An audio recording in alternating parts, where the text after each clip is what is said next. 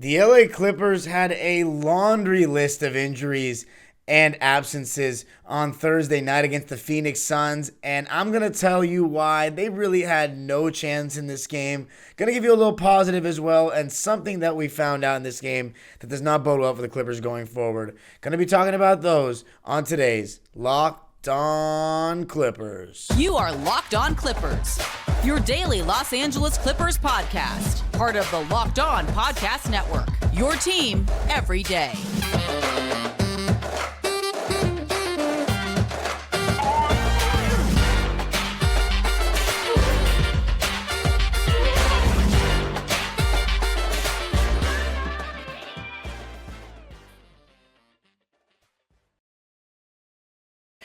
Yes, sir. You are locking in with the Clips. Thank you for making Locked On Clippers the first listen of your day, your team every day. Today's episode is brought to you by Bet Online. Bet Online, where the game starts. Go there for all your latest basketball, football betting news and analysis. My name is Darian Vaziri. I'm in my 18th season as a Clipper fan and coming to you on this Friday morning, most likely for you if you're listening. Remember to follow this podcast, or subscribe to this podcast, I should say, on YouTube. And let me know, again, I know I've asked this question so many times, but without Ivica Zubac for the first time in this game, for the first time this season, it kind of rises to the forefront yet again. Let me know, do the Clippers need to go out and sign a backup big man? Because we learned a couple of things in this game that I'm going to be talking about, as well as one positive to end it. But overall, let's start out with why the Clippers didn't have any chance in this game.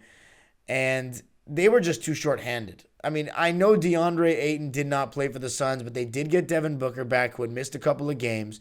And even though he was 5 for 20 in this game, 6 for 22. 6 for 22 in this game, he still made an impact. His presence on the floor did affect the Clippers in terms of his threat off the ball and obviously what he can create on the ball. Even though he missed shots, a lot of those shots are just shots that he can make on a given night. And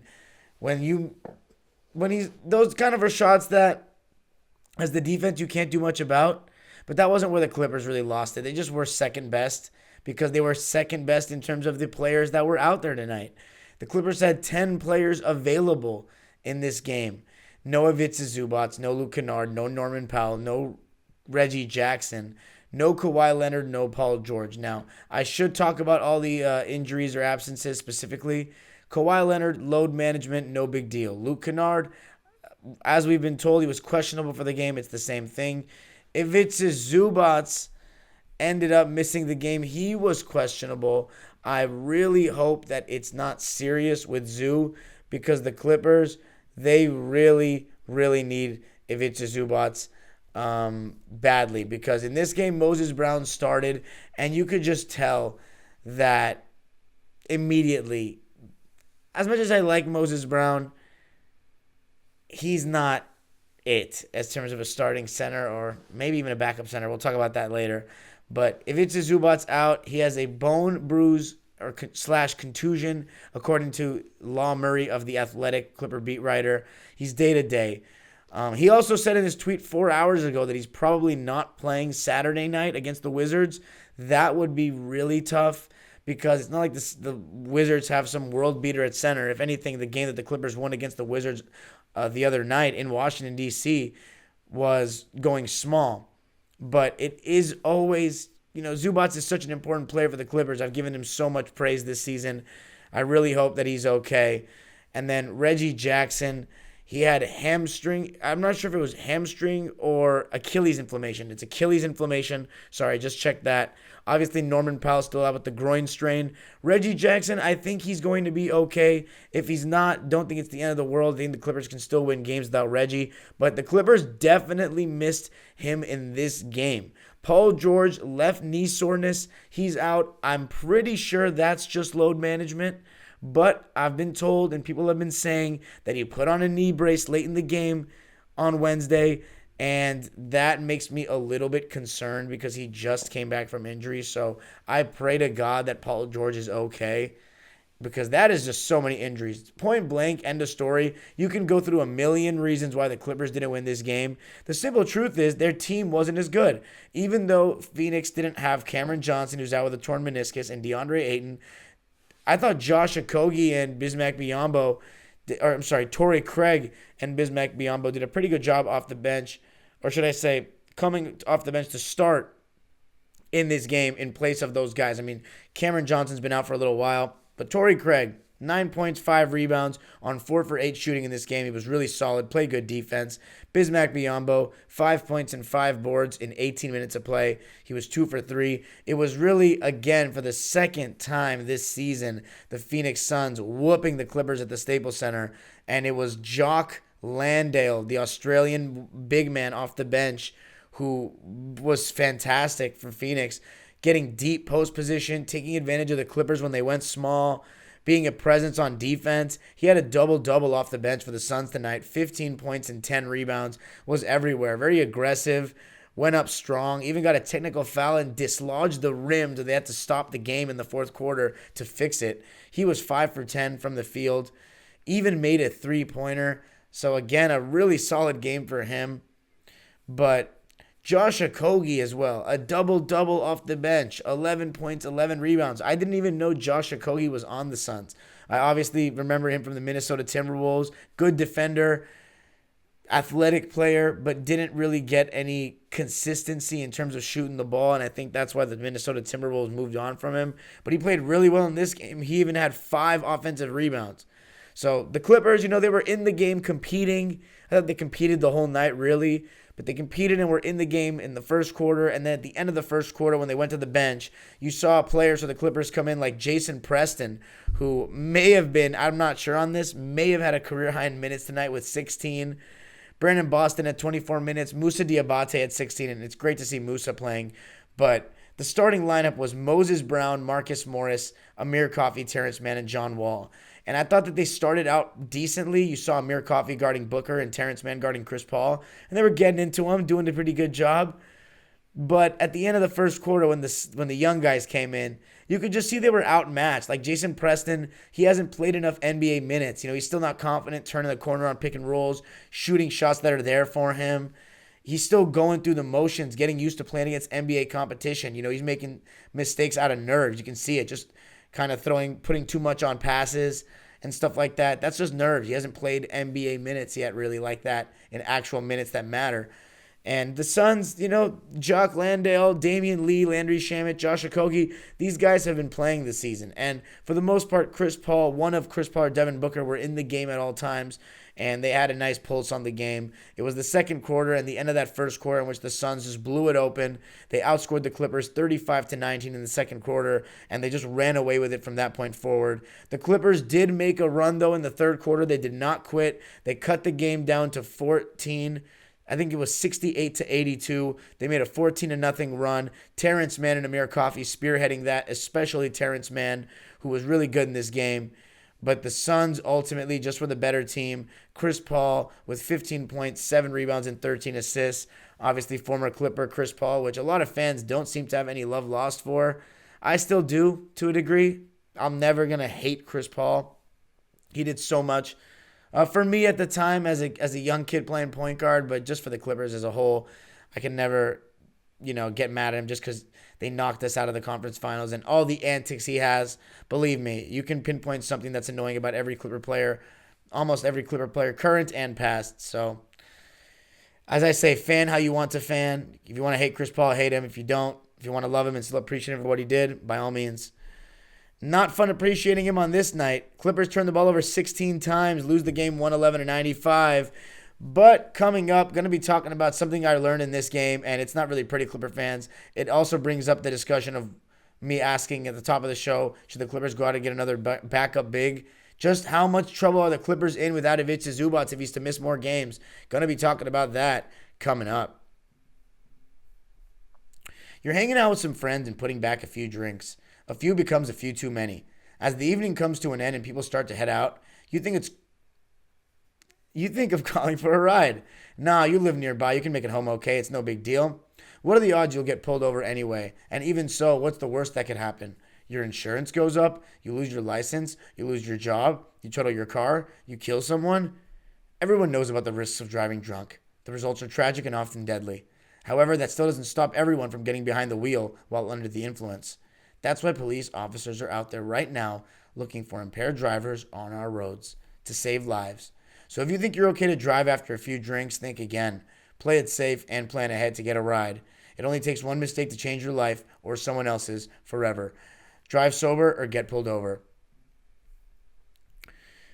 On Friday night, I am on Trae Young to get over 10 assists, Jason Tatum to score over 30 points, and Tyrese Halliburton to get 10 rebounds. Yes, I said 10 rebounds. And where am I doing that? Doing that on Prize Picks. It's a daily fantasy entry app where you pick 2 to 6 players and predict if they will score more or less than the Prize Picks projection. You can win up to 25 times your money on any entry. You're just competing against the projections available. You're not competing against other people. And Prize Picks offers projections on any sport that you watch. This includes the NBA, NFL, regular season's closing down, men's college basketball, women's college basketball, soccer, World Cup final is this weekend. Entries can be made in 60 seconds or less. It's that easy. Safe and fast withdrawals. Currently operational in over 30 states and Canada. Just download the PrizePicks app or go to prizepicks.com to sign up and play daily fantasy sports. First-time users can receive a 100% instant match up to $100 with the promo code LOCKEDON. If you deposit $100, PrizePicks will give you $100. If you deposit $50, PrizePicks will give you $50.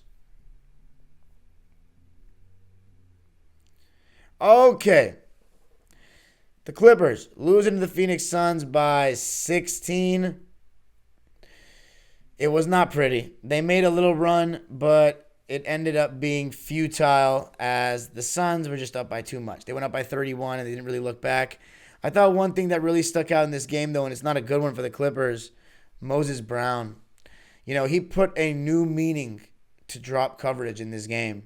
I like Moses Brown. I've been pretty nice about the way he's played this season. I think that he has had good moments. I think his big body and his length has really helped the Clippers at times where they've gone to that small ball lineup with the wrong personnel, and it just looks like they're just being taken advantage of and abused on the inside and on the glass.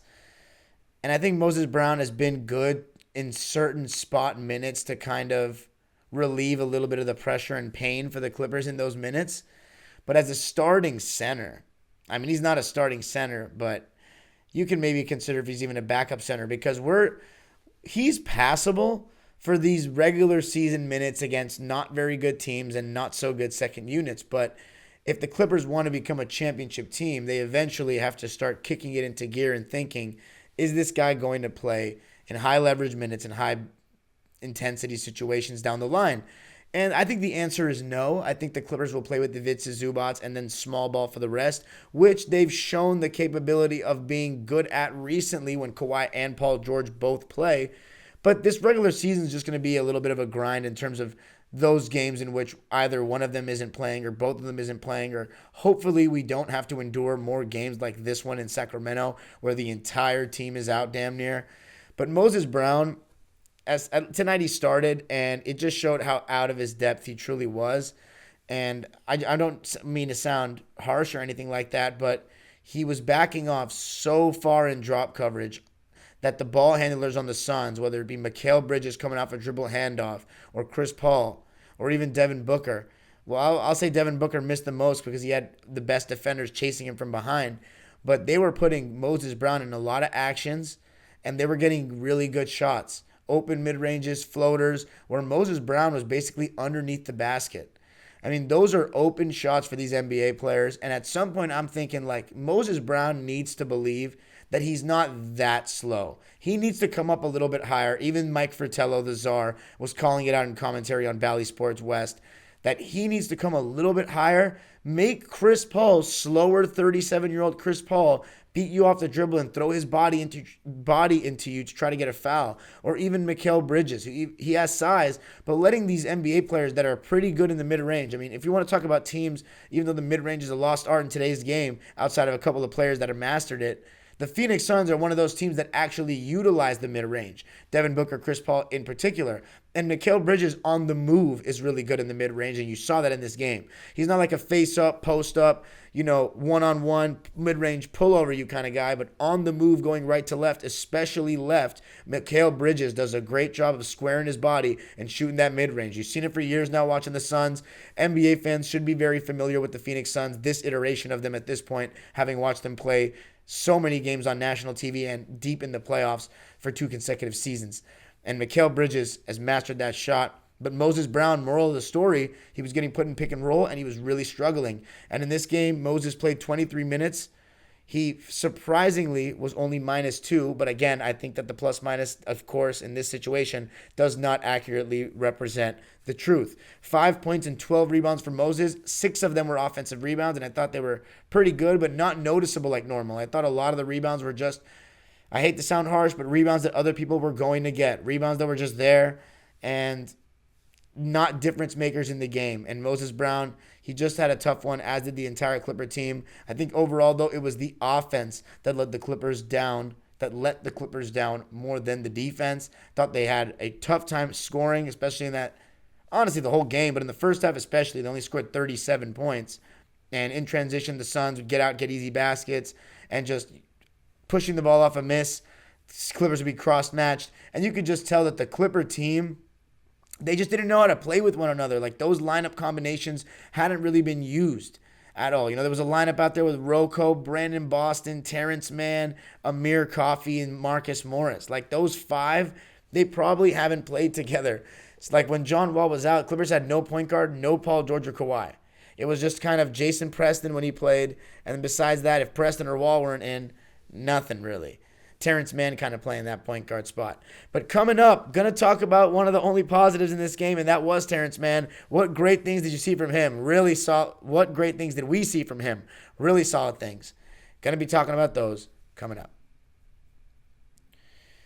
BetOnline.net is your number one source for your sports betting info, stats, news, and analysis. On Friday, the Cleveland Cavaliers are -110 against the Indiana Pacers and -8 in that spread. I got the Cavaliers winning that. I would take the bet for the Cavs to win by more than 8 points against the Pacers, even though the Pacers have been playing really good basketball. Where would I place that bet? Place that on BetOnline. You get the latest odds and trends for every professional and amateur league out there, from pro football to college, bowl season to basketball and the World Cup. We've got it all on BetOnline.net. If you love sports podcasts, you can also find those at BetOnline.net as well. We're always the fastest and easiest way to get your betting info. Head to the website today or use your mobile device to learn more. BetOnline, where the game starts. All right, to close it out, going to be talking about Terance Mann. I thought he was fantastic tonight. I thought he was really aggressive going to the rim. Thought he took the challenge of guarding guys like Chris Paul and Devin Booker and did a decent job doing it. Fought over screens, moved well without the ball. You even saw him handle the ball a little bit in pick and roll in this game. Hit a couple of mid-ranges. And he was shooting the 3-ball with confidence and knocking it down. He finished with 22 points in this game. Gotta love that. 11 rebounds to go along with it. 4 assists. You saw a little bit of playmaking from T as well. 8 for 14 in the game and 4 for 7 from deep. The Clippers were 12 for 33 in the game from 3. Just not great.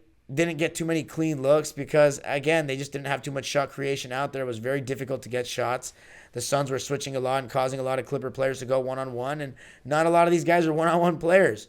John Wall, you needed a bigger game from him, and you didn't really get it. 12 points, 4 rebounds, 5 assists. And again, with John, I think I really like it when he's shooting the mid-range to keep defenses honest. Teams are going to go underneath the screen with John Wall a lot. He's going to have to make them pay. Teams are going to try to force him into that mid-range shot when he's snaking those pick and rolls and weaving it from left to right. He should still take those shots. The threes are the ones that I just think, unless they're wide open off good ball movement and not much time left on the shot clock, that he shouldn't really be taking. 2 for 6 from deep in this game for him. 12 points, 4 rebounds, 5 assists. Thought he was not great, to be honest. That's just my opinion. You can argue he was okay, but the threes, we could just do without those.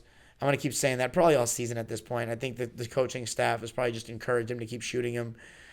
Amir Coffey, I thought he was decent, played hard, made 2 threes in a row when the Clippers made that run to cut the game to 14. He had 11 points on 4 for 9 shooting and 3 for 4 from deep, so at least he shot efficiently. 38 minutes for Coffey, 34 minutes for Terance Mann, 30 minutes for Marcus Morris, he had 14 points and 7 boards. Was okay, 4 for 10 from the field. I think Morris is just a little tired right now. He's playing a lot, playing every night damn near. Moussa Diabate, a guy that Clipper fans have been wanting more of. He only got 16 minutes to Moses Brown's 23. I always think Moussa should be playing more than Moses because of his mobility on the perimeter. And I thought you saw that in this game. Thought he was a little bit frantic at times. Missed some shots around the key. But overall, I like Moussa's activity. 8 points, 8 rebounds, 6 offensive rebounds in 16 minutes of play, 4 for 9. A couple of those were easy shots around the rim. He committed 4 fouls, so he can be a little bit reckless. But again, he's just learning how to play ball at the NBA level. I really love what I see from him. I wish he wasn't on a 2-way contract because he should be playing for this team regularly. That really makes me disappointed at the end of the day. And then, last but not least, Brandon Boston Jr. 16 points. He was actually the Clippers' second leading scorer in this game. 4 for 13. A lot of taking tough shots, but again, we didn't have much shot creation out there, so it was fully green light for Brandon. And I like seeing Brandon cook and seeing him, take shots and be aggressive, but just wasn't meant to be for the Clippers. They just had too tall of a task ahead of them in this game. Mikal Bridges was really good. 27 points, 6 rebounds on 11 for 18 shooting. The Suns didn't even shoot well from 3. They were 9 for 32 from deep. But just had better players in the end. Chris Paul had a good game, made some tough shots, did his Chris Paul thing. And yeah, Clippers fall 95 to 111, fall to 17 and 14. The Suns 17 and 12. The Suns had 8 more points in the paint than the Clippers, 46 to 38. They led by as many as 31. The Clippers will be back in action on Saturday at 1 o'clock against the Washington Wizards, who they just beat in Washington. Hopefully, they get Ivica Zubac, Luke Kennard, Paul George, and Kawhi Leonard back for that. Tough loss in this one, Clipper Nation. I know it's frustrating constantly to have to play without your best players. I just hope we continue to see less of it. You knew it was going to be tough on a back-to-back. You just wish to have seen at least maybe Luke Kennard or Zoo. Even Reggie would have made a difference in this game because they missed his shot creation desperately, to be honest. But it is what it is. Hopefully the Clippers will bounce back against Washington. You can follow me on Twitter and Instagram at DimeDropperPod. Make sure to subscribe to my own YouTube channel, Dime Dropper, for more Clipper content and sports content. And of course, subscribe to Locked On Clippers on YouTube and comment on today's pin question. Should the Clippers go out and get another backup big? Because with the whole Moussa G League situation and Moses Brown looking a little bit suspect, do they need a safer option? I know a lot of people have been talking about Dwight Howard, Hassan Whiteside. Not so sure about those guys and how much better they are than Moses at this stage of their careers. But let me know. The age-old proverb continues. Go Clippers. And remember, thank you for making Locked On Clippers your first listen today. For your second listen today, check out Locked On Sports Today. The biggest stories of the day, plus instant reactions, big game recaps, and the take of the day, available on the Odyssey app, YouTube, and wherever you get your podcasts. We'll be back on Sunday for a Sunday pod, maybe Saturday night, although, yeah, probably Saturday night. We'll see. We'll try to get it off in time. Good night, Clipper Nation, or good morning, good afternoon, wherever you may be. Go Clippers. You already know the deal.